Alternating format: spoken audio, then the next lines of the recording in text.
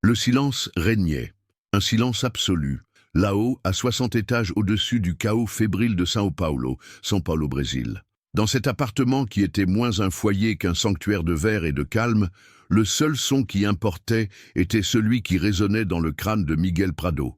Et à cet instant, c'était la fureur tonitruante du mouvement final de la 9e symphonie de Beethoven. Ses bras, vêtus de soie noire, fendaient l'air conditionné, raréfié. Ses longs doigts pâles se crispaient, ses poignets tournaient avec une précision chirurgicale. Il n'avait pas besoin de baguette. Il était la baguette. L'air devant lui était l'orchestre, et la ville qui s'étendait jusqu'où la pollution permettait de voir était son public captif et silencieux. Miguel Prado, à 48 ans, était un architecte de légende, non pas de pierre ou d'acier, mais de son et de prestige. Son entreprise, Prado Harmonia, n'était pas seulement l'un des plus grands investisseurs de musique classique du pays, c'était un empire. Il découvrait des talents, finançait des orchestres, construisait des salles de concert acoustiques qui étaient de véritables cathédrales du son, et pendant son temps libre, il dirigeait.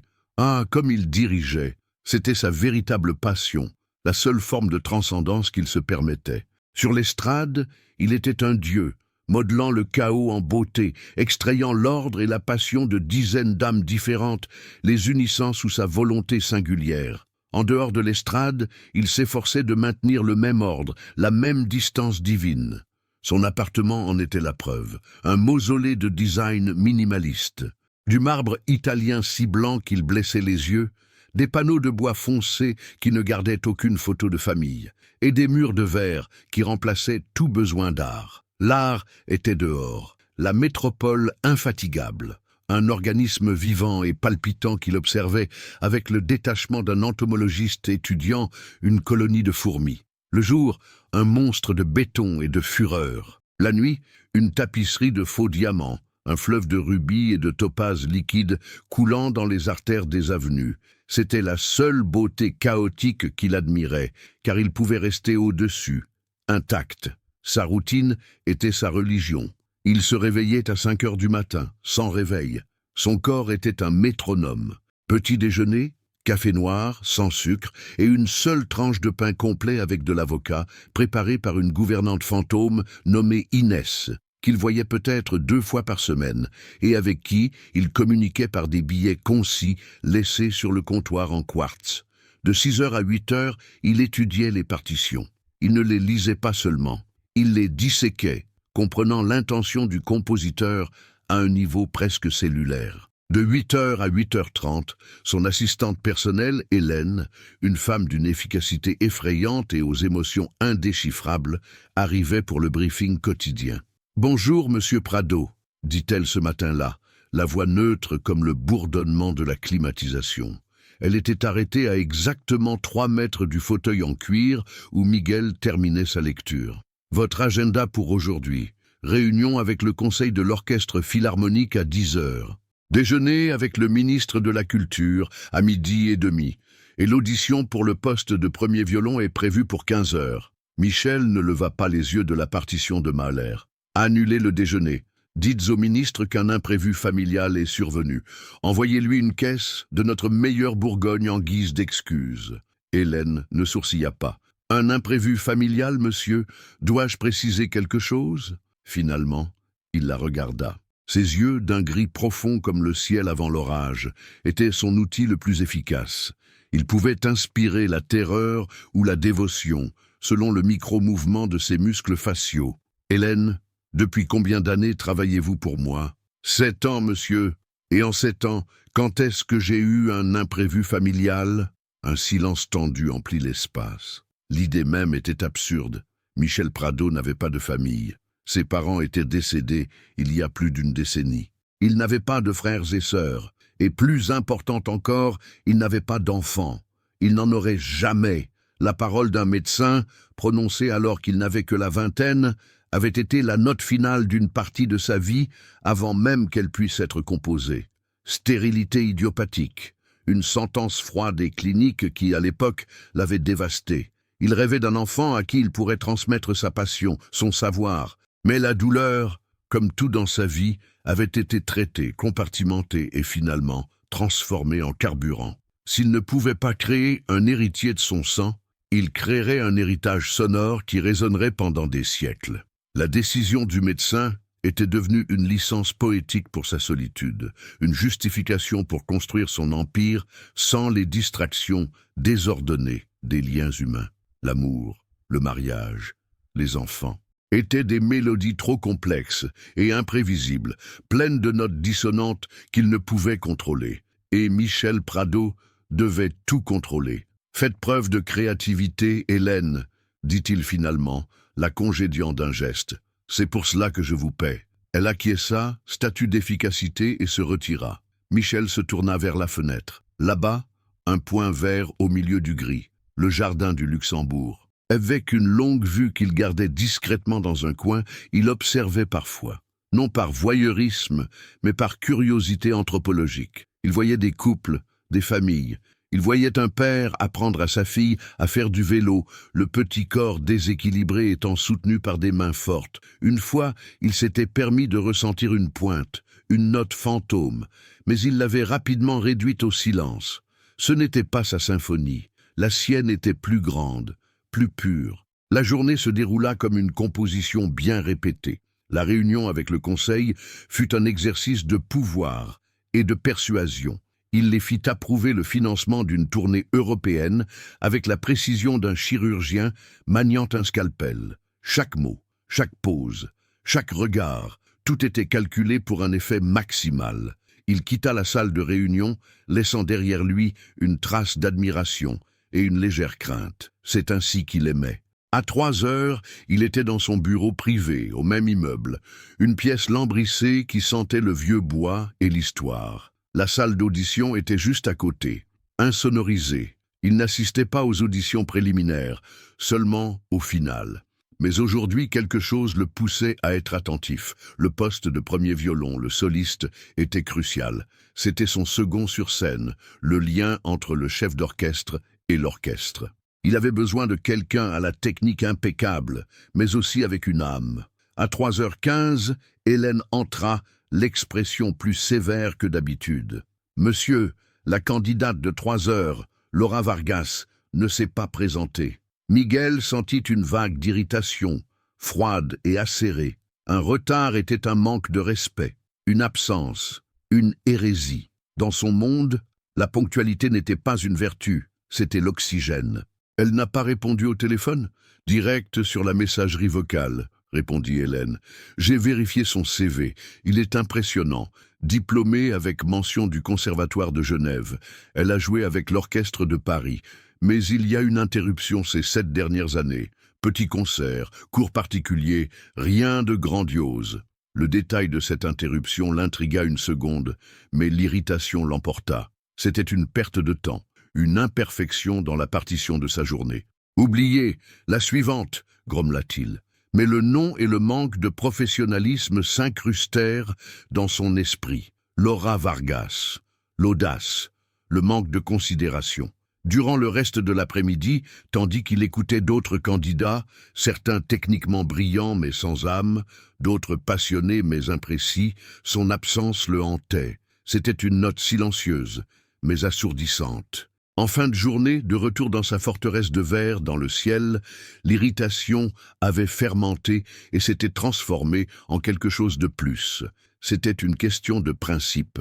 Son empire était bâti sur le roc de la discipline et du respect. L'attitude de cette femme était une fissure dans ce roc. Sur une impulsion totalement atypique, un fortissimo au milieu d'un passage pianissimo de sa vie, il décida que la réponse d'Hélène n'était pas suffisante. Il allait régler ça lui-même. Il prit son téléphone, un monolithe noir et sans ornement, et accéda au fichier qu'Hélène lui avait envoyé, le CV de Laura Vargas. Et voilà le numéro de téléphone. Son pouce survola l'écran. Pourquoi faisait-il ça? Un homme d'affaires de son envergure n'appelait pas les candidats absents. Il les écartait, les oubliait. Mais quelque chose dans cette situation, l'interruption de carrière, l'audace de l'absence, le poussait. C'était une fausse note qu'il devait corriger personnellement. Avec un soupir d'impatience envers lui-même, il appuya sur l'icône d'appel.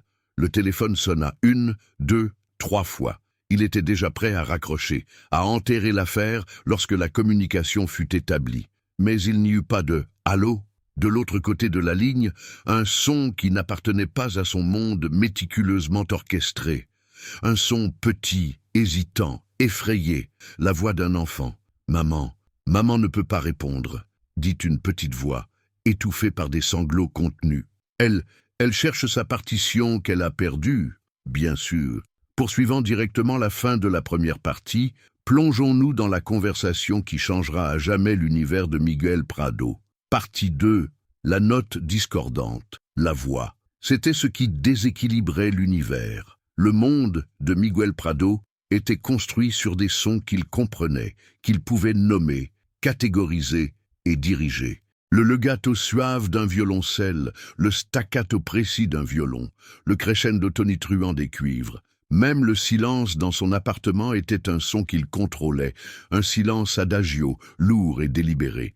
Mais la voix qui parvenait au téléphone était une anomalie, un son qui ne s'intégrait dans aucune partition qu'il connaissait. Elle était petite, fine comme un fil de soie, et tremblante de l'humidité de larmes fraîchement versées. « Maman ne peut pas répondre. Elle cherche sa partition qu'elle a perdue. » La première réaction de Miguel fut un éclair d'irritation pure et glaciale. Quel genre de professionnel négligent permettait à un enfant de répondre à son téléphone professionnel? C'était le comble de l'irresponsabilité. Son intention était de raccrocher, d'ordonner à Hélène de placer le nom Laura Vargas sur une liste noire permanente et d'effacer l'incident de sa mémoire. Mais il ne raccrocha pas. La phrase de la fillette, aussi évidemment un euphémisme répété, le retint. Cherche sa partition qu'elle a perdue.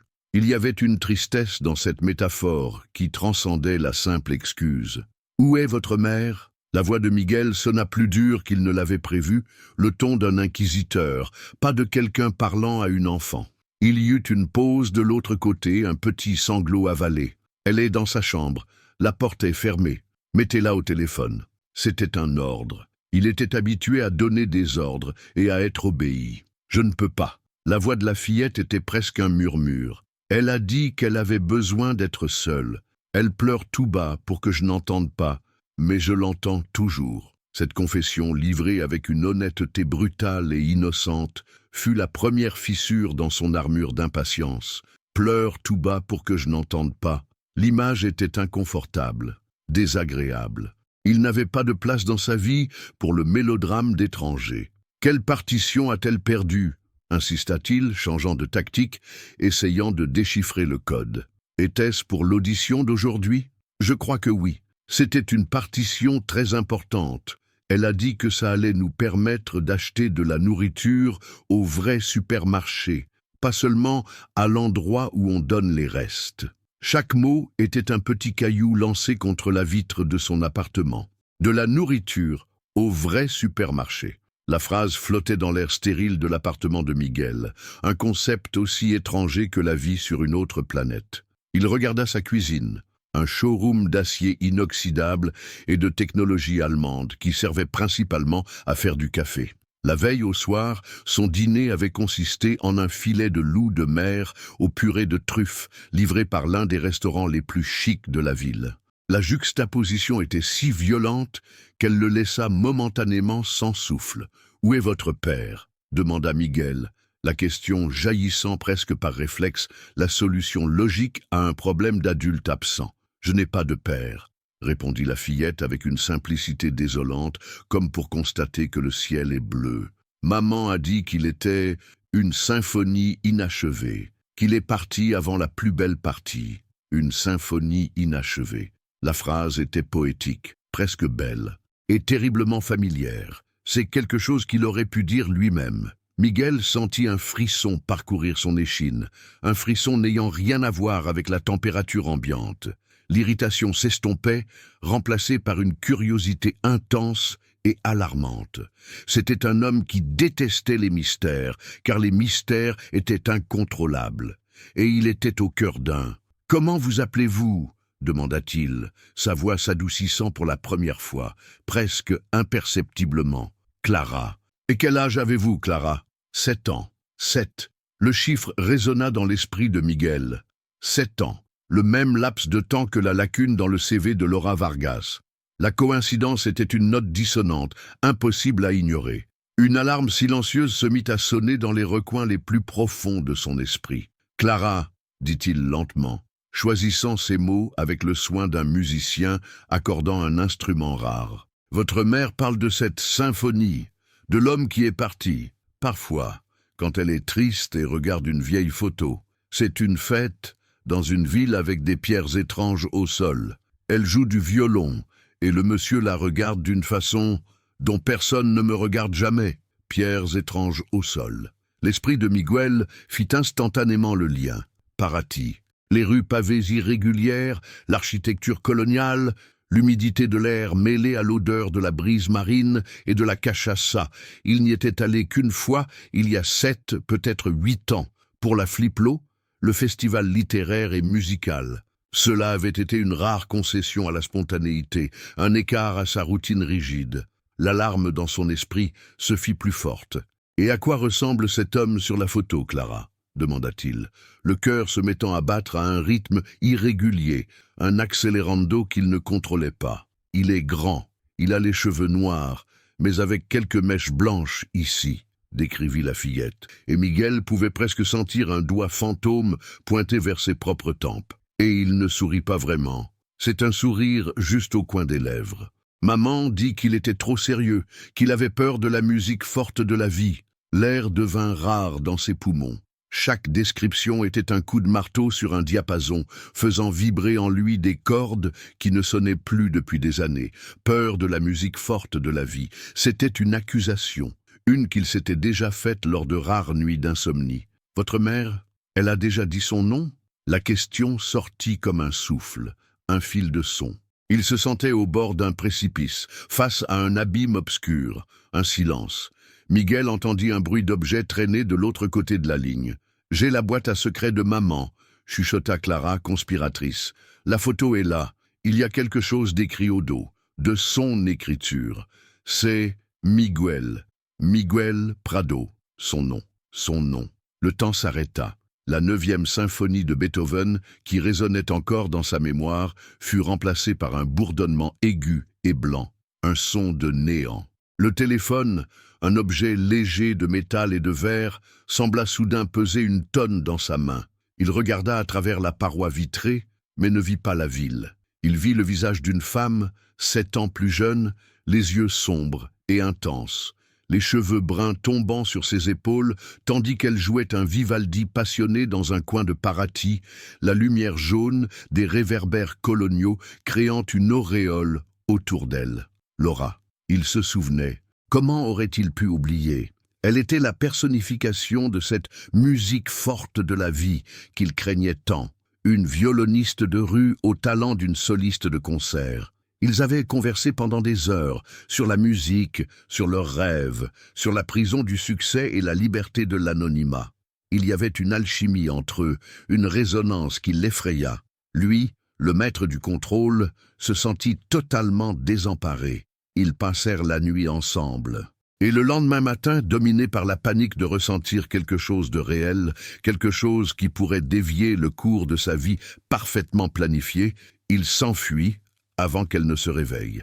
Il laissa de l'argent sur la table, une somme généreuse et insultante, un paiement pour service rendu, une manière de rabaisser l'expérience à une simple transaction, de nier la connexion qu'il avait ressentie. Ce fut un acte de lâcheté, et il ne regarda plus jamais en arrière. Jusqu'à maintenant. « Monsieur, vous êtes encore là ?»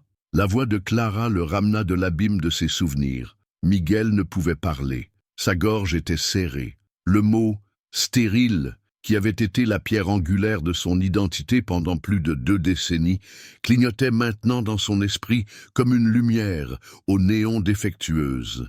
Un mensonge. Aurait-ce été un mensonge, ou était-ce un coup monté, une supercherie élaborée par une femme qu'il avait méprisée des années auparavant? La possibilité était aussi plausible que la paternité. Son esprit analytique luttait contre la vague de choc émotionnel. Il avait besoin de données. Il avait besoin de preuves. « Clara », réussit-il à dire, la voix rauque, étrange à ses propres oreilles. « Dis à ta mère, dis-lui que je la contacterai. » Il raccrocha avant que la fillette ne puisse répondre. L'appareil glissa de sa main moite et tomba avec un bruit sourd sur le tapis perçant. Miguel tituba jusqu'à la paroi vitrée et appuya ses paumes contre la surface froide. Là-bas, la ville poursuivait son rythme indifférent. Mais pour lui, le monde avait changé de ton. La clé de sol avait été modifiée. La symphonie de sa vie, qu'il croyait avoir composée et dirigée à la perfection, venait de se voir imposer une nouvelle partition, choquante et brutale. Paternité. Le mot résonnait comme un coup de tonnerre silencieux. Il le répéta mentalement. Père. Le mot lui était étranger, impossible. Lui, qui avait bâti un empire pour combler le vide laissé par l'absence d'héritier, pouvait-il avoir une fille? Une fillette de 7 ans qui décrivait la tristesse de sa mère avec une lucidité déchirante? La nuit tomba. Les lumières de la ville s'allumèrent, mais pour la première fois, elles ne lui apportèrent ni réconfort, ni sentiment de puissance. Elles semblaient lointaines, froides, indifférentes au séisme qui le secouait intérieurement. Il ne mangea pas, il ne lut pas. Il resta là, à regarder le néant, tandis que le souvenir de Paraty et la voix de Clara livraient bataille dans son esprit. L'image de sa lâcheté, laissant l'argent sur la table. L'image du visage endormi de Laura. Le son des sanglots silencieux d'une mère et la révélation d'une enfant. Les heures s'éternisèrent, l'aube arriva, peignant le ciel de teintes violettes et grises. Et aux premières lueurs du jour, la paralysie céda la place à l'action. Le maestro était de retour aux commandes, mais la musique était différente. Il ne s'agissait plus de legs sonores, mais d'une quête frénétique de vérité. Il prit son téléphone et composa le numéro d'Hélène. Il était 4h30 du matin. « Monsieur Prado ?» Sa voix était somnolente, mais instantanément alerte. « Hélène, j'ai besoin de vous. » Maintenant, son ton n'était pas celui d'un patron, mais celui d'un homme qui se noie. « Je veux que vous trouviez tout sur une femme nommée Laura Vargas et sur une enfant. Une fille nommée Clara Vargas, âgée d'environ 7 ans. Je ne veux pas un curriculum vitae, je veux une vie. Adresse, compte, dossier scolaire, acte de naissance. Tout. Je veux savoir où elles sont, ce qu'elles mangent, comment elles vivent. Utilisez toutes les ressources. Engagez qui vous voulez. Le coût, n'importe pas. La seule chose qui compte, c'est la discrétion absolue. Personne ne doit savoir que je mène cette enquête. Je veux un dossier complet sur mon bureau avant midi. Compris ? Un silence, fraction de seconde au bout du fil, juste assez longtemps pour qu'Hélène enregistre l'urgence sans précédent et le ton presque fébrile de son patron. Compris, monsieur Prado, avant midi ? Il raccrocha. Le soleil se levait, incendiant les bords des gratte-ciel. Miguel Prado observa le lever du soleil, mais pas comme le maestro au sommet de son monde. Il l'observa comme un homme qui venait de découvrir que le sol sous ses pieds pouvait ne pas être réel. Il se vit dans le reflet du verre, les cheveux noirs avec des mèches blanches aux tempes, le sourire qui n'existait que dans le coin de sa bouche. L'homme sérieux, effrayé par la musique forte de la vie, l'homme de la photo, la symphonie inachevée. Et pour la première fois de sa vie adulte, Miguel Prado ressentit une peur véritable, une note terrifiante et primitive qu'il ne savait pas comment diriger. Les 7 heures qui suivirent son appel à Hélène furent les plus longues et les plus douloureuses de la vie de Miguel Prado. Le soleil, qu'il avait vu se lever comme une plaie dans le ciel, montait maintenant, indifférent, inondant son appartement d'une lumière crue et impitoyable qui semblait exposer chaque grain de poussière, chaque doute de son âme. Lui, un homme qui vivait au rythme précis des minutes et des secondes, se sentait à la dérive dans un océan de temps difforme. Il essaya de travailler. Il s'assit devant une partition de Stravinsky, Le Sacre du printemps, avec ses rythmes sauvages et païens. Normalement, la complexité l'absorberait, mais maintenant les notes semblaient un flou sans signification, une moquerie de sa propre prétention à régir le chaos. Le chaos était en lui, et il était assourdissant. Il marchait d'un bout à l'autre du vaste appartement, le bruit de ses chaussures chères sur le marbre était la seule percussion dans sa prison de silence. Chaque voiture qui passait 60 étages plus bas, chaque sirène lointaine le faisait regarder vers la porte, le cœur faisant un bond incontrôlable. Il était un chef d'orchestre sans orchestre, un roi dans un château vide, attendant un messager qui pourrait être son sauveur ou son bourreau.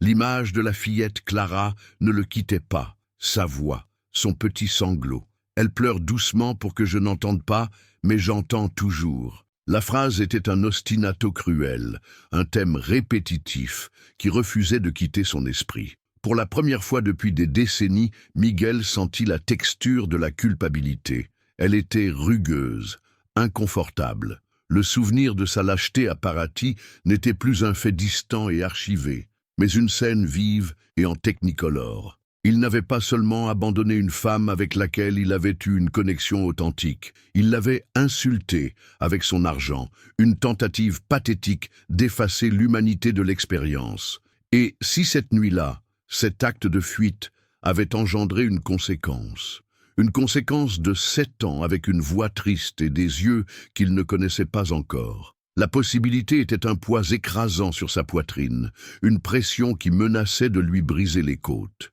À 11h47, l'interphone sonna. La voix d'Hélène, calme et professionnelle comme toujours, annonça son arrivée. Miguel ouvrit la porte. Elle était là, tenant une pochette en cuir noir, sans aucune expression sur son visage. Mais ses yeux, pendant une fraction de seconde, trahirent une étincelle de curiosité, peut-être même d'inquiétude. Elle n'avait jamais vu son patron comme ça, les cheveux légèrement ébouriffés, la chemise en soie froissée, les yeux gris injectés de sang de celui qui n'avait pas dormi. « Monsieur Prado », dit-elle, en entrant et en posant la pochette sur la table basse en verre. Le bruit du cuir contre le verre fut absurdement fort dans le silence. Parler. La voix de Miguel était un gravier. Hélène resta debout, la posture impeccable de toujours, comme pour compenser le chaos qui émanait de lui. Laura Vargas, 36 ans, fille unique de professeur de musique de classe moyenne de Campinas, tous deux décédés. Elle a obtenu son diplôme avec mention au Conservatoire de Genève. Son parcours était impeccable jusqu'à il y a 7 ans et demi. Après, le tableau change radicalement. Elle fit une pause, comme pour lui laisser le temps de se préparer. Miguel acquiesça simplement, les yeux fixés sur le classeur noir, la boîte de Pandore. Elle est retournée au Brésil de façon abrupte, continua Hélène. Ces 7 dernières années, elle a eu 17 adresses différentes, la plupart dans des quartiers périphériques de São Paulo et de sa région métropolitaine. Aucune pendant plus de 6 mois. Un schéma cohérent avec des difficultés financières et des expulsions. Elle a travaillé comme professeure de musique dans des écoles publiques, serveuse, téléopératrice, vendeuse. Il y a 2 ans, elle a été engagée comme violoniste dans un quatuor qui joue lors de mariages et d'événements d'entreprise, ce qui semble lui avoir apporté une petite stabilité. Chaque mot était un coup. La femme au talent exceptionnel qu'il avait connue à Paraty, réduite à une vie d'instabilité et de petits boulots. « L'enfant », dit Miguel, la voix basse. Hélène tourna une page de sa tablette qu'elle consultait discrètement. Clara Vargas, née le 23 mai, il y a 7 ans, à l'hôpital public municipal de Taubaté. Mentionnée sur l'acte de naissance, mère, Laura Sofia Vargas. Père, non déclaré. Père non déclaré. La formule légale, froide, le frappa comme un coup de poing. Il recula d'un pas, la main allant instinctivement à sa poitrine. Taubaté, cela avait du sens. C'était sur la route entre Paraty et São Paulo. La chronologie était parfaite, implacable. Le dossier contient des copies de tout, dit Hélène, la voix toujours neutre, mais avec un ton suggérant qu'il y avait plus. Facture d'électricité impayée, notification d'expulsion, dossier scolaire de Clara. Elle est une excellente élève selon les rapports. Il y a aussi une copie d'un dessin qu'elle a fait pour un devoir de la fête des mères l'année dernière. Miguel ouvrit le classeur. En haut, derrière une page de garde, se trouvait le dessin. Il était enfantin, fait au crayon de cire, mais l'intention était claire. 2 figures, une femme grande avec de longs cheveux bruns et un violon à la main. Et à côté d'elle, une petite fille. Elle se tenait par la main. Au-dessus d'elle, un soleil jaune et souriant. Mais dans un coin du dessin, une petite figure masculine, dessinée en gris, presque comme un fantôme, était de dos, s'éloignant. Le cœur de Miguel s'arrêta. Il feuilleta les documents. C'était l'anatomie d'une lutte. La preuve froide et bureaucratique de l'histoire que Clara lui avait racontée au téléphone. La faim, la peur, l'instabilité. Et tout pointait vers une origine, une nuit à Paraty. Son acte de disparition n'avait pas seulement mis fin à une symphonie. Il avait donné le début d'un opéra de difficulté pour elle et pour une enfant qu'il ne savait même pas exister. La question de ma condition, dit Miguel, sans regarder Hélène, le mot « stérilité » trop lourd pour être prononcé à haute voix. Hélène comprit. « J'ai fait une vérification préliminaire, monsieur. Le médecin qui vous a posé le diagnostic, le docteur Armand Peixoto, prit sa retraite 5 ans plus tard. Il est décédé il y a 3 ans. Mais le plus intéressant, c'est qu'il était le médecin de famille de son père depuis plus de 30 ans.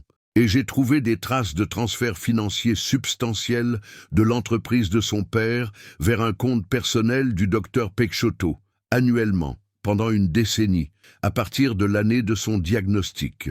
Le monde de Miguel bascula violemment. Le sentiment de culpabilité qu'il éprouvait envers Laura se mêlait désormais à une nouvelle et terrible émotion, la fureur glaciale de la trahison. Son propre père, un homme autoritaire qui avait toujours désapprouvé sa passion pour la musique, qui voulait faire de lui son successeur dans les affaires, et non un artiste. Aurait-il ourdi le mensonge le plus cruel qui soit pour s'assurer que son fils ne se distrairait pas avec une famille, pour maintenir l'attention de Miguel sur l'Empire? La monstruosité de l'idée était si vaste, si théâtrale, qu'elle semblait impossible. Et pourtant, elle correspondait parfaitement au caractère de son père. Il referma le dossier. Le bruit fut définitif. Le temps du doute était révolu. Le déni était un luxe qu'il ne pouvait plus s'offrir. La probabilité que Clara soit sa fille était écrasante. Mais la probabilité n'était pas une certitude. Et Miguel Prado, le maître du contrôle, avait besoin de certitude. Il avait besoin de la preuve finale, irréfutable. « Hélène », dit-il. La voix désormais ferme, celle du maestro de retour aux commandes, mais dirigeant l'œuvre la plus difficile de sa vie. Préparez ma voiture et trouvez un laboratoire, le meilleur, le plus rapide et le plus discret de la ville. Je veux un test de paternité ADN et je veux les résultats dans 24 heures, quel qu'en soit le coût. Il se dirigea vers le téléphone. Et trouvez l'adresse actuelle de Laura Vargas. Pas l'adresse du dossier, l'adresse exacte où elle et Clara se trouvent à cet instant précis. J'irai moi-même. Hélène, pour la première fois en 7 ans, manifesta sa surprise. « Non, monsieur, peut-être serait-il plus prudent que je prenne contact en premier, pour préparer le terrain? Cela pourrait être un choc pour elle. » Miguel la fixa, et dans ses yeux brillait une tempête de culpabilité, de colère et une détermination de fer. « Hélène, le choc a eu lieu il y a 7 ans. Un matin à Paraty. J'étais en retard pour le premier acte. Maintenant, je vais m'assurer d'être présent pour le reste de la représentation. » La décision était prise. Lui, l'homme qui vivait au-dessus du monde, descendrait de sa tour de verre.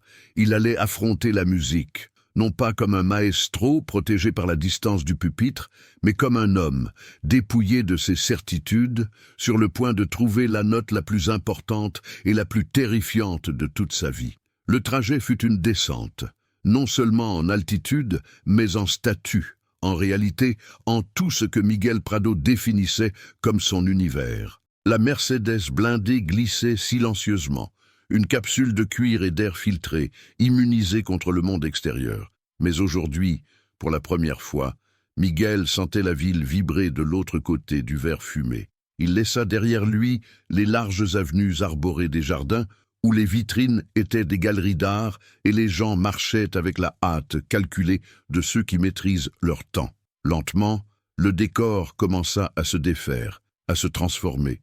Les immeubles de verre firent place à des maisons commerciales aux façades délavées. Le bitume lisse devint cabossé. Le silence du luxe fut remplacé par la cacophonie de la vie réelle. Le son des klaxons impatients, les cris d'un vendeur ambulant, les rythmes d'un funk s'échappant des fenêtres d'un bus bondé. C'était São Paulo qu'il voyait de sa tour, la tache urbaine abstraite, mais qui prenait désormais texture, odeur et son.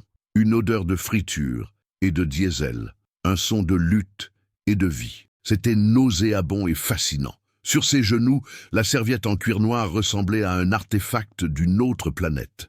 À l'intérieur, la vie de Laura et Clara réduite à des papiers et des chiffres. Mais là où il allait, il n'y aurait pas de papier. Il y aurait des visages. Hélène lui avait donné l'adresse avec une efficacité proche du macabre. Une résidence de petits immeubles, dans un quartier de la banlieue, et que Miguel ne connaissait que de nom. Un endroit qu'il associait aux statistiques de circulation et de violence dans les journaux. Pendant que la voiture s'engageait dans des rues de plus en plus étroites, il sentit une oppression à la poitrine. C'était son territoire. Il était l'intrus. Il répétait son discours mentalement. Il serait direct, clinique. « Laura, j'ai reçu des informations qui me laissent penser qu'il y a une possibilité que je sois le père de votre fille. Pour le bien de toutes les parties concernées et afin que les responsabilités adéquates puissent être établies, je suggère que nous effectuions un test ADN le plus rapidement possible. » Cela semblait raisonnable. Cela ressemblait à un contrat, mais l'image du dessin de Clara, le petit bonhomme gris qui s'en allait, déchirait le scénario en morceaux. Le chauffeur, un homme entraîné à être invisible, s'arrêta devant un ensemble d'immeubles de 4 étages, à la peinture beige délavée et aux fenêtres identiques. « C'est ici, monsieur. » Miguel regarda par la fenêtre. Des enfants couraient dans une cour en ciment fissuré. Des vêtements séchaient sur des fils à linge improvisés sur les balcons. Il y avait un sentiment de communauté, de vies entrelacées, si différent de sa solitude aseptique. Il ressentit une peur primitive. Dans son monde, il était le chef d'orchestre. Ici, il ne savait même pas lire la partition. « Attendez ici », dit-il au chauffeur, la voix plus basse que d'habitude. Il sortit de la voiture et le monde le frappa. L'air était plus chaud, plus humide. Les sons étaient plus forts. Il ajusta son costume coûteux, se sentant absurdement déplacé, un pingouin au milieu d'un vol de pigeons. Il entra dans le bloc C, l'odeur d'eau de javel et de haricots cuits envahissant ses narines. Il monta 3 volets d'escalier, le cœur martelant contre ses côtes. Appartement 34, une simple porte en bois, la peinture écaillée près de la poignée. Il s'arrêta devant elle un long moment. De l'intérieur, il entendit le son faible et hésitant d'un violon. Ce n'était pas une pièce de concert, c'était des gammes, exercices d'échauffement. Le son s'est arrêté. Il leva la main, les jointures des doigts planant à quelques centimètres du bois. C'était le moment.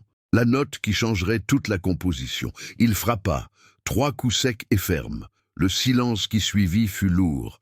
Puis, il entendit le bruit de petits pas courants, suivi d'une voix de femme, étouffée par la porte. « Clara, non, laisse-moi répondre !» La porte s'ouvrit, et le temps, une fois de plus, se brisa. Laura Vargas était là. 7 ans s'étaient écoulés, mais il l'aurait reconnue n'importe où. De nouvelles rides de fatigue cernaient ses yeux, mais c'étaient les mêmes yeux sombres et intenses qui l'avaient captivé à Paraty. Ses cheveux étaient attachés en un chignon désordonné, et elle portait un simple t-shirt et un pantalon de jogging. Ce n'était pas la musicienne éthérée de sa mémoire, mais une femme réelle, forgée par le temps et les difficultés. Son visage traversa une succession d'émotions à une vitesse fulgurante. D'abord, la confusion de voir un inconnu en costume à sa porte, puis une lueur de reconnaissance, suivie d'un choc si profond qu'elle pâlit, la bouche légèrement entr'ouverte. Le choc laissa place à l'incrédulité et enfin à une colère froide et protectrice. Elle fit un mouvement instinctif, essayant de refermer la porte. « Que faites-vous ici ?» Sa voix était un murmure féroce. Mais avant que la porte ne puisse se refermer, une petite tête aux cheveux bouclés apparut dans l'entrebâillement, regardant par derrière la jambe de sa mère. C'étaient les yeux de Clara. Grands, bruns, curieux, elle regarda le visage de Miguel et la reconnaissance fut instantanée. « Maman !» dit-elle, la voix claire et sans hésitation. « C'est l'homme de la partition. » La phrase fut comme une allumette allumée dans une pièce pleine de gaz. Laura se figea, la main sur la porte. Son regard passa de Miguel à sa fille, le visage contorsionné en un masque de panique et de fureur. Miguel sentit l'air lui manquer. La voir, vraiment. C'était une petite fille, maigre, mais avec une gravité dans le regard qui était dérangeant familier. C'était son regard. Il le voyait tous les jours, dans le miroir. C'était son ADN, là, debout dans le couloir, le regardant. Le dossier était un fantôme. Cette fille était de chair et d'os. Laura, réussit-il à dire, le nom lui raclant la gorge. Tout son discours répété, toute sa pose clinique s'était évaporée. « Comment m'avez-vous trouvé ?» siffla-t-elle, le corps tendu comme une corde de violon sur le point de casser. « Que voulez-vous? Vous êtes venu laisser plus d'argent? Le cours a changé ces 7 dernières années. » Le venin de ses paroles le frappa, mais il le méritait. Il méritait chaque goutte. « Non, Nous devons parler, dit-il, la voix étonnamment instable. « Non, nous n'avons pas besoin. Nous n'avons rien à nous dire. Vous l'avez bien fait comprendre il y a 7 ans. » Elle essaya de refermer la porte à nouveau, mais il posa sa main à plat sur le bois, l'empêchant. Un geste qu'il regretta dès qu'il l'eut fait. Ce fut un acte de pouvoir, le reflet de qui il était, et c'était la dernière chose que cette situation appelait. Le regard de Laura brûlait. « Sortez votre main de ma porte, s'il vous plaît, » dit-il, et le mot sonna étrange dans sa propre bouche. Il ne demandait pas, il ordonnait. 5 minutes, pour elle. Il regarda Clara, qui s'accrochait maintenant à la jambe de sa mère, les yeux fixés sur lui, un mélange de peur et de fascination. Ce fut le regard sur sa fille qui brisa la résistance de Laura. Elle vit la détermination sur le visage de Miguel, une détermination qu'elle n'avait pas vue depuis cette nuit à Paraty. D'un soupir qui était pur défaite et colère, elle recula, ouvrant la porte. L'appartement était minuscule, une petite pièce servant aussi de salle à manger. Des meubles simples, usés par le temps, des étagères pleines de livres et de partitions, une odeur de foyer, de vie, de choses qu'il ne comprenait pas. C'était propre, c'était rangé, mais la pauvreté était palpable, un silence gênant entre les meubles. Dans un coin, l'étui d'un violon, ouvert. « Dites ce que vous avez à dire et partez », dit Laura, les bras croisés, se positionnant entre lui et Clara, un bouclier humain.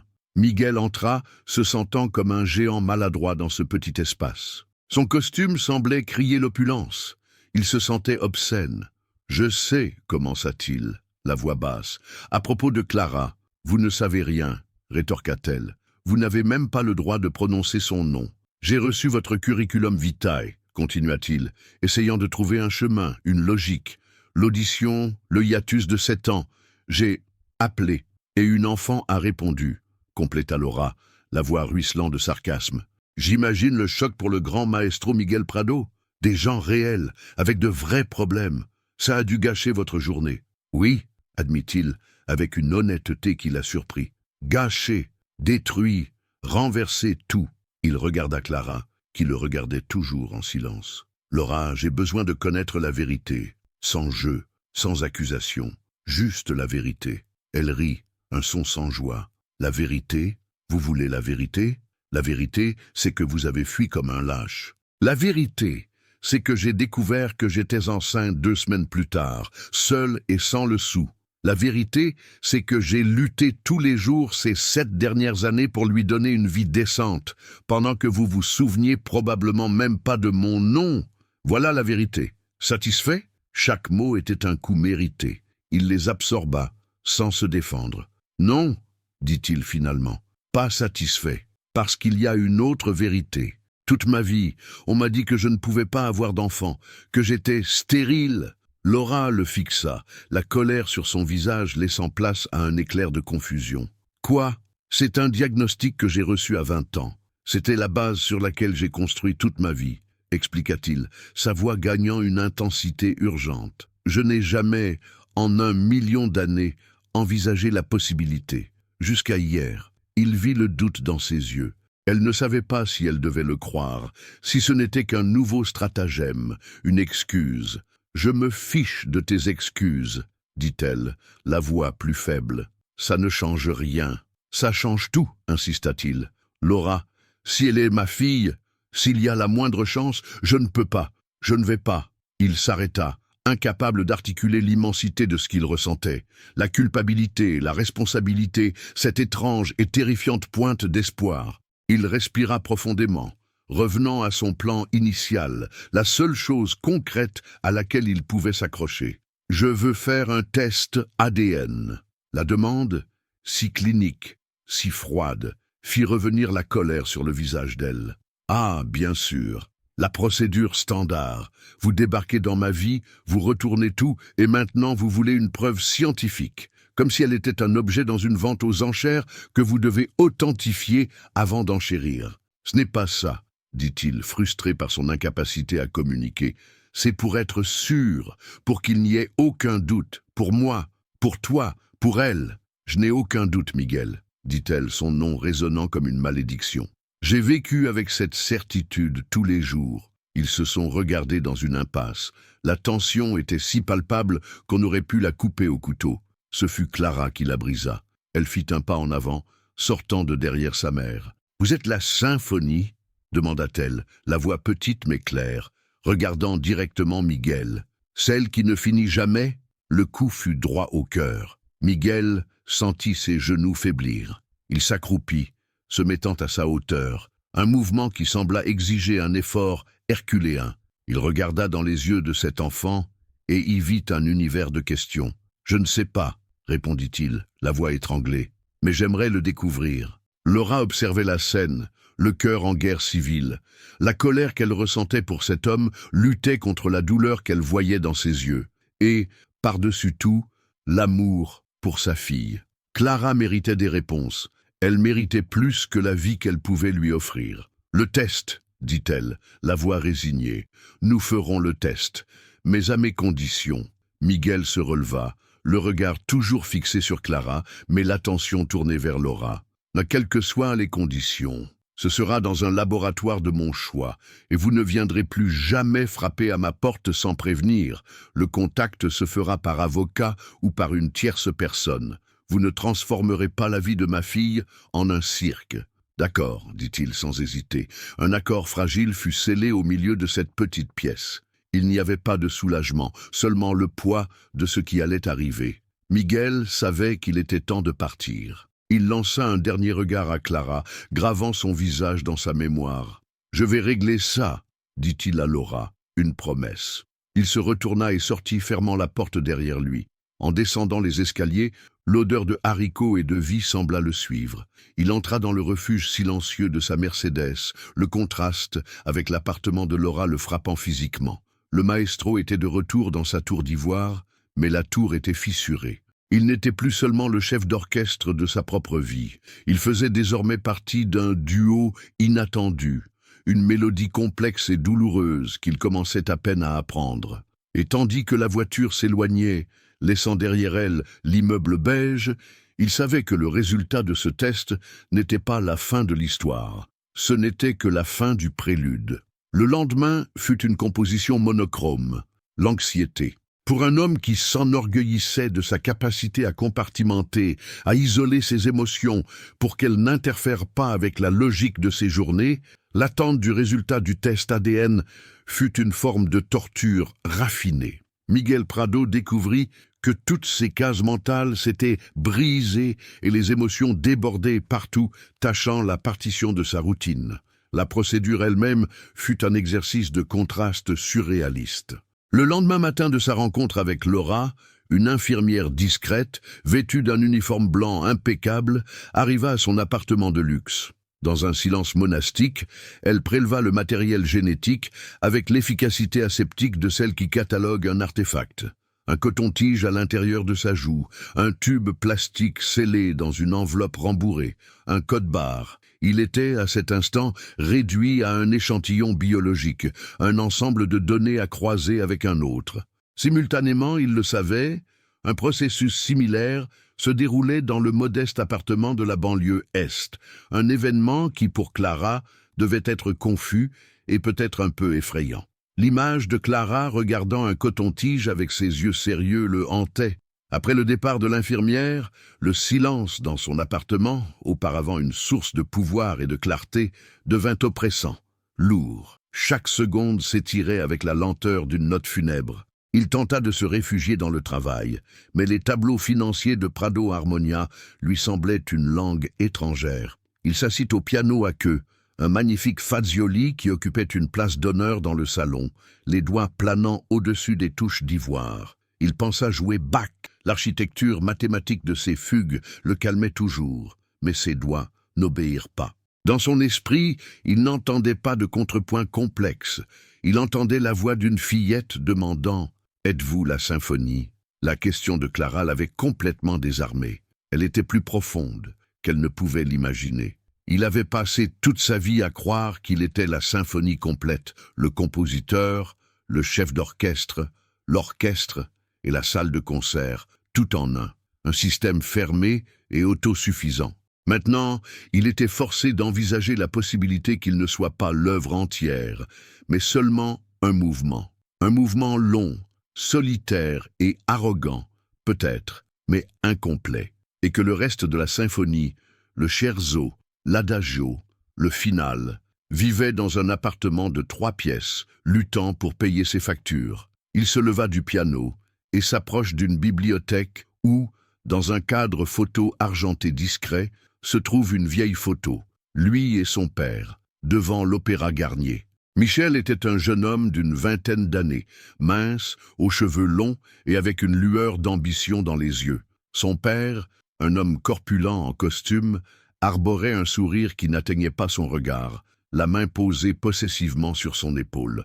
Pendant des années, Michel a regardé cette photo avec un mélange de respect et de ressentiment. Respect pour l'empire que son père avait bâti et qu'il avait hérité et agrandi. Ressentiment pour la désapprobation constante de son père concernant sa distraction pour la musique. Maintenant, en regardant la photo, il ne ressentait qu'une rage froide et abyssale. Les virements financiers au docteur Pinto que Hélène avait découverts étaient la preuve d'une trahison aux proportions shakespeariennes. Son père ne l'avait pas seulement manipulé, il lui avait volé la possibilité d'un choix, volé la vérité. Il l'avait condamné à une vie de solitude, non pas pour le protéger, mais pour le modeler à son image, pour garantir que l'Empire aurait un héritier concentré et sans distraction. L'ironie était cruelle. En essayant de l'empêcher d'avoir un héritier, son père avait garanti que, lorsque Michel découvrirait enfin la vérité, l'héritier qu'il trouverait serait un étranger, un enfant ayant déjà 7 ans d'histoire, vécu loin de lui. La colère était si intense qu'il prit le cadre photo et, d'un geste brusque, le rangea dans un tiroir, le visage de son père désormais caché dans l'obscurité. Les 24 heures promises par le laboratoire se sont étirées à l'infini. Il n'a ni mangé, ni dormi. Il a juste attendu. Finalement, en fin d'après-midi du lendemain, l'interphone a sonné. « Hélène est là, monsieur !» Son cœur a fait un bond. Il prit une profonde inspiration, se recontant sa masque de calme, et ouvrit la porte. Elle était là, tenant une seule enveloppe blanche, grande et épaisse. Son visage était comme toujours impassible, mais elle ne la lui remit pas immédiatement. « Le résultat est arrivé, » dit-elle, la voix douce. « Comment voulez-vous procéder ?» C'était sa façon de lui demander s'il allait bien, s'il était prêt. « Donnez-moi, » dit-il, la voix ferme. Il prit l'enveloppe. Elle était froide au toucher. Il marcha jusqu'à la baie vitrée, tournant le dos à Hélène, ayant besoin de ce moment d'intimité. Il regarda la ville en contrebas, un flou de lumière qui commençait à s'allumer au crépuscule. Pendant un instant, il a pensé à ne pas l'ouvrir, à déchirer l'enveloppe et à jeter les morceaux dans le vide, à retourner à sa vie de certitude, même si c'était de fausses certitudes. Mais il savait qu'il ne le pouvait pas. La note dissonante avait été jouée. La composition était déjà altérée pour toujours. Les doigts légèrement tremblants, il déchira le rabat de l'enveloppe. À l'intérieur, il y avait un rapport de plusieurs pages, rempli de graphiques de marqueurs génétiques et de jargon scientifique. Mais il n'avait pas besoin de tout lire. Ses yeux se sont directement posés sur la dernière page, sur la conclusion. Il l'a lu 1, 2, 3 fois, les mots se gravant sur sa rétine. Analyse de liens génétiques requérant. Miguel Almeida Prado enfant, Clara Vargas, conclusion, la probabilité de paternité est de 99,999%. Sur la base des marqueurs ADN analysés, Miguel Almeida Prado ne peut être exclu comme père biologique de Clara Vargas. Le monde ne s'effondra pas avec fracas. Il se dissolut dans un silence profond et absolu. Le papier dans sa main était la preuve. Les mathématiques de la biologie, la vérité irréfutable.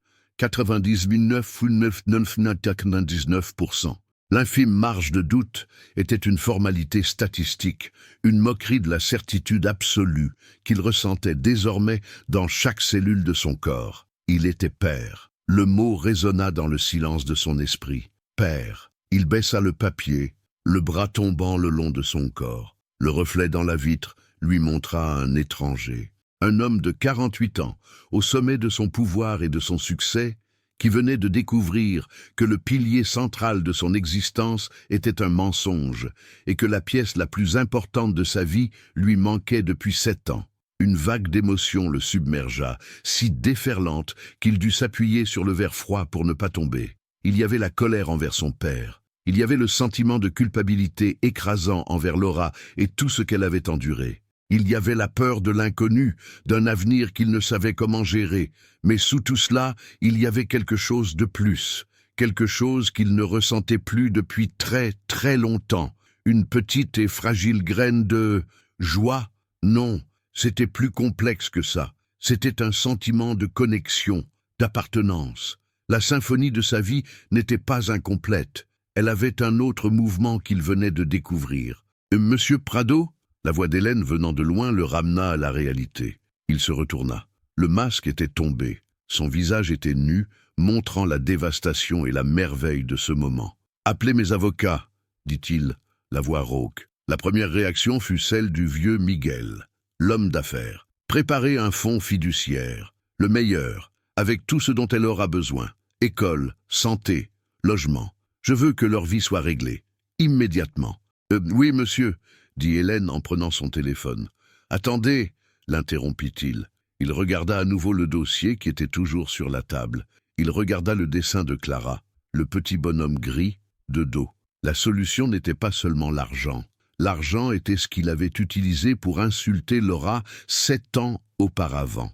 Utiliser de l'argent maintenant, aussi bien intentionné soit-il, ne serait qu'une répétition de la même erreur, à plus grande échelle. Ce serait une autre tentative d'effacer l'humanité de la situation, de résoudre un problème émotionnel avec une solution financière. « Non !» dit-il, plus à lui-même qu'à elle. « Annulez les avocats. Pour l'instant. » Il s'approcha de la table et prit le dessin. Il regarda la silhouette de la fillette, main dans la main avec sa mère. Une violoniste. La fille d'une violoniste. Sa fille.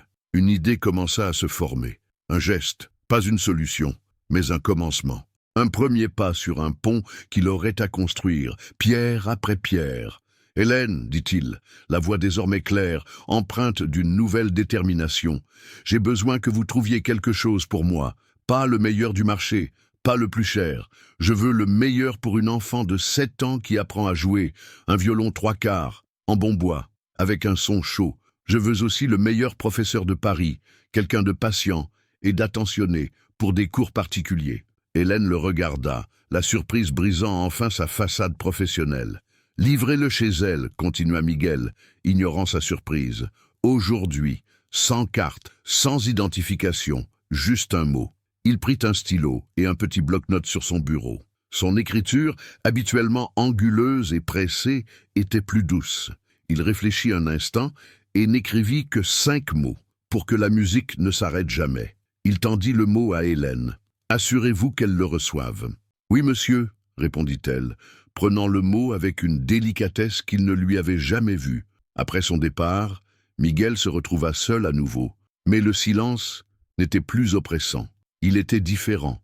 Il était plein de potentiel, empli d'une mélodie nouvelle et terrifiante. Il ne savait pas quelles seraient les notes suivantes. Il savait que le chemin serait difficile, que la colère de Laura était justifiée et que la confiance était quelque chose qu'il mettrait des années à mériter s'il y parvenait. Mais en regardant par la fenêtre la ville qui s'illuminait, il ne se sentait plus comme un chef d'orchestre dans sa tour, dirigeant un monde lointain. Il se sentait comme un élève, face à une partition nouvelle et incroyablement complexe. Et pour la première fois de sa vie, il n'avait pas peur. Il était prêt à apprendre. L'arrivée du violon fut un événement silencieux, mais avec l'impact d'une explosion. Laura ouvrit la porte et trouva un livreur tenant un étui noir, élégant et parfaitement dimensionné pour une enfant. Sa première réaction fut un refus, un réflexe d'orgueil. Elle n'acceptait pas la charité, mais le livreur dit simplement que c'était déjà payé et qu'il y avait un mot. Il laissa l'étui dans le couloir et partit. Le cœur battant, Laura le porta à l'intérieur. Clara, en voyant l'étui, eut les yeux grands ouverts, un mélange d'émerveillement et de révérence. À l'intérieur, le violon reposait sur un velours bleu profond. Il était magnifique. Le bois brillait d'une teinte miel, et il était évident, même pour un profane, que c'était un instrument d'une qualité exceptionnelle, bien supérieure au violon d'étude, usé et loué, que Laura utilisait pour enseigner à sa fille. Puis, elle vit le mot, un petit carton blanc, avec une écriture élégante et sobre. 5 mots, pour que la musique ne s'arrête jamais. Laura s'assit sur le canapé, le mot tremblant dans sa main.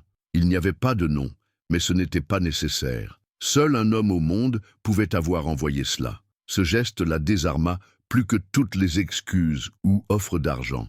Michel n'essayait pas d'acheter son pardon, il n'essayait pas de s'imposer. Il parlait la seule langue qu'il comprenait parfaitement, la musique. C'était un cadeau, non pas pour la fille qu'il connaissait à peine, mais pour la musicienne en elle. C'était un acte de respect. Pour la première fois en 7 ans, en pensant à Michel Prado, elle ne ressentit que de la colère. Elle ressentit une vague inconfortable et confuse de quelque chose de plus. Et lorsque le téléphone sonna le lendemain, et qu'une voix calme se présenta comme l'un des meilleurs professeurs de violon de São Paulo, disant avoir été engagé anonymement pour donner des cours à Clara, Laura, après une longue pause, accepta. Les mois qui suivirent furent une composition lente, un adagio construit sur des gestes prudents et des silences significatifs. Michel tint sa promesse. Il garda ses distances. Il n'y eut plus d'apparition surprise. La communication se faisait par l'intermédiaire d'Hélène, devenue une sorte d'intermédiaire improbable. Mais sa présence se faisait sentir. Un jour, Laura reçut une notification indiquant que son loyer pour les 2 prochaines années avait été réglé par un fonds d'encouragement aux jeunes musiciens. Elle savait d'où cela venait, mais la forme discrète, impersonnelle, lui permit d'accepter sans sentir que sa dignité était achetée. Le fardeau financier allégé, elle put abandonner les petits boulots et se consacrer davantage à la musique et à Clara. Michel, quant à lui, était dans sa propre démarche de transformation. Le résultat du test ADN ne l'avait pas transformé magiquement en père aimant, mais l'avait imprégné d'un sentiment d'objectif qu'il n'avait jamais eu. Il commença à utiliser son pouvoir et sa fortune d'une nouvelle manière, non pas pour construire des salles de concert, mais pour construire un pont. Il recevait des rapports hebdomadaires du professeur de Clara. Il connaissait ses progrès, les pièces qu'elle apprenait. Et un jour, le professeur mentionna qu'il y aurait un petit récital d'élèves. Michel y alla. Il resta au fond de la petite salle, caché dans l'ombre, le cœur battant plus fort que lors de n'importe quelle première qu'il avait dirigée. Et puis il la vit. Clara monta sur scène, petite et sérieuse, tenant le violon qu'il lui avait offert. Elle fit une révérence maladroite et commença à jouer une mélodie simple de Bach. Les notes n'étaient pas parfaites, il y avait des hésitations, un léger grincement de l'archet ici et là, mais elle jouait avec une concentration, une passion qui était le reflet de sa mère, un reflet de lui-même. À ce moment-là, observant sa fille créer de la musique, Michel sentit les dernières murailles de son ancienne vie s'effondrer. L'amour pour cet enfant n'était pas une décision, c'était un fait aussi réel et irréfutable que l'ADN qu'il partageait. À la fin de la représentation, lorsque Clara sourit au public qui applaudissait, ses yeux croisèrent les siens pendant une fraction de seconde. Il ne savait pas si elle l'avait reconnu, mais il lui fit un signe presque imperceptible avant de sortir, le visage mouillé de larmes qu'il ne savait pas être capable de verser. Ce fut Laura qui fit le pas suivant. Une semaine après le récital, elle l'appela, pas Hélène, mais son numéro personnel. « Il veut te voir », fut tout ce qu'elle dit. Ils se rencontrèrent à un endroit neutre, le jardin des plantes. C'était un dimanche ensoleillé. Miguel arriva tôt, les mains moites, se sentant comme un adolescent à son premier rendez-vous. Quand Laura et Clara s'approchèrent, il vit que quelque chose avait changé. L'hostilité dans le regard de Laura avait été remplacée par une curiosité prudente. Et Clara ne se cacha plus derrière sa mère. Elle courut vers lui. « Tu es venu » dit-elle, s'arrêtant à quelques mètres de lui. « Tu as aimé mon récital ?»« J'ai adoré » répondit-il, la voix nouée. « Tu étais magnifique. » Ce jour-là fut le premier de beaucoup d'autres. Des promenades au parc, des visites de musées, des après-midi à écouter Clara s'entraîner. Miguel apprenait à être père par petits pas. Il apprit qu'elle n'aimait pas les brocolis, qu'elle avait peur du tonnerre et que sa couleur préférée était le bleu velours de l'étui de son violon. Laura observait tout avec une distance calculée, mais Miguel voyait la glace fondre dans ses yeux. Ils commencèrent à converser. De musique, du passé, des 7 années perdues. Il lui raconta la trahison de son père, non pas comme une excuse, mais comme une confession. Elle lui raconta la solitude et les difficultés, non pas comme une accusation, mais comme un témoignage.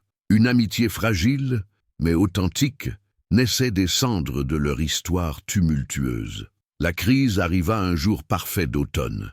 Ils étaient à un pique-nique au parc. Miguel racontait à Clara des histoires sur les grands compositeurs et Laura souriait, un sourire authentique et détendu qu'il n'avait pas vu depuis Conserver Paraty, ou trouver un équivalent français si nécessaire, avec une brève explication. Soudain, au milieu d'un éclat de rire, Clara pâlit, porta la main à la poitrine et s'effondra sur l'herbe. Le monde de Miguel se transforma en un tunnel de panique et de sirènes. L'hôpital, l'attente angoissante, les paroles froides des médecins. Le diagnostic fut brutal. Syndrome d'Alport, une maladie génétique rare affectant les reins. L'état de Clara était agressif. Ses reins étaient en train de défaillir rapidement. Elle avait besoin d'une greffe.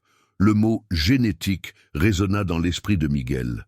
Les médecins expliquèrent que la maladie était héréditaire. Son monde, qui avait enfin trouvé un centre, un équilibre, s'effondrait à nouveau. La recherche d'un donneur commença. Laura fut testée immédiatement. Elle n'était pas compatible. Le désespoir s'installa. « Moi » dit Miguel au médecin. « Testez-moi » Ce fut pendant les examens de compatibilité que la vérité finale apparut. Un néphrologue, analysant le dossier complet de Miguel, fronça les sourcils. « Monsieur Prado, il y a quelque chose dans vos anciens examens et dans les nouveaux. Vous présentez la même anomalie génétique. Une variante beaucoup plus bénigne, presque asymptomatique, qui ne vous causerait probablement jamais de problème grave. Mais elle est là. Le diagnostic d'infertilité qu'on vous a donné dans votre jeunesse, médicalement, sur cette base, il est impossible. En fait, cette condition génétique est la preuve définitive de son lien avec sa fille. L'ironie était divine dans sa cruauté et dans sa grâce. Le mensonge de son père ne l'avait pas seulement condamné à la solitude, mais lui avait aussi caché une condition qui pouvait maintenant être le salut de sa fille. Et bien sûr, il était un donneur parfait. Quand il le raconta à Laura dans le couloir stérile de l'hôpital, elle s'effondra dans ses bras en pleurs. Toutes les barrières, toute la colère, toute la douleur des 7 dernières années se dissipèrent dans cette étreinte. « Tu vas prendre des risques pour elle » sanglota-t-elle. « Laura » dit-il, lui tenant le visage entre ses mains. « Elle n'est pas un risque, elle est la seule chose qui ait un sens. Je ne donne pas une partie de moi, je deviens entier. » L'opération fut un succès. Miguel se réveilla dans une chambre d'hôpital. La douleur à son flanc, un rappel physique de son acte. Hélène était là. « Clara va bien » dit-elle, la voix enfin chargée d'émotion. Et Laura ne l'a pas quittée d'une semelle. Dans les jours qui suivirent, l'hôpital devint un sanctuaire. Laura s'occupait des deux, allant d'une chambre à l'autre, le visage fatigué mais illuminé par l'espoir. Dans ces jours de vulnérabilité partagée, ils retombèrent amoureux, ou peut-être, pour la première fois vraiment. Non pas la passion fébrile d'une nuit à Paraty, mais un amour profond, forgé dans la peur, le sacrifice et la redécouverte. 1 an plus tard, la scène se déroule dans un parc à Blumenau, Brésil. La lumière du soleil de Santa Catarina filtre à travers les arbres, peignant le sol d'or. Clara, maintenant âgée de 9 ans, court dans l'herbe, saine, vibrante. Le son de son rire est la plus belle mélodie que Miguel ait jamais entendue. Elle n'a plus son violon 3/4. Maintenant, elle en a un de taille adulte, un cadeau d'anniversaire de ses parents. Miguel et Laura sont assis sur un banc, main dans la main, l'observant. Il ne vit plus dans son appartement en verre. Ils ont acheté une maison à São Paulo, Brésil, avec un grand jardin pour que Clara puisse courir et un studio de musique où les sons de piano et de violon se mélangent quotidiennement. « Tu te souviens de cette nuit à Paraty ?» demande Laura, la tête posée sur son épaule. « Je pensais que tu étais une symphonie inachevée. »« Je l'étais, » répond-il. « J'étais un prélude long et solitaire. Vous deux, vous êtes le reste de la pièce, la plus belle partie. » Il se tourne vers elle, les yeux gris maintenant chauds et remplis d'une paix qu'il n'avait jamais connue. Il sort une petite boîte de sa poche. Il n'y a pas de foule, pas d'orchestre. Il n'y a que « Laura Vargas », dit-il, la voix ferme. « Tu m'as appris que la vie n'est pas une partition à contrôler, mais une musique à ressentir. Toi et Clara êtes mon chef-d'œuvre. Marie-moi. Laisse-moi passer le reste de ma vie à essayer d'être digne d'être le final de notre symphonie. » Les larmes qui coulent sur le visage de Laura sont de pure joie. Elle dit oui, tandis que Clara court vers eux, les embrassant, les unissant dans un accord parfait. Jean Prado, l'ancien maestro de la solitude, a enfin trouvé sa place. Il a compris qu'un héritage ne se construit pas avec de la pierre ou du son, mais avec des moments, avec des rires dans un parc, avec des histoires avant de dormir, avec la chaleur d'une main tenant la sienne. Il n'avait plus besoin de diriger le monde depuis une tour. Son monde était là, dans ces deux pères dieux qui le regardaient avec amour. La symphonie, enfin, était complète, et elle était plus magnifique qu'il n'aurait jamais pu l'imaginer.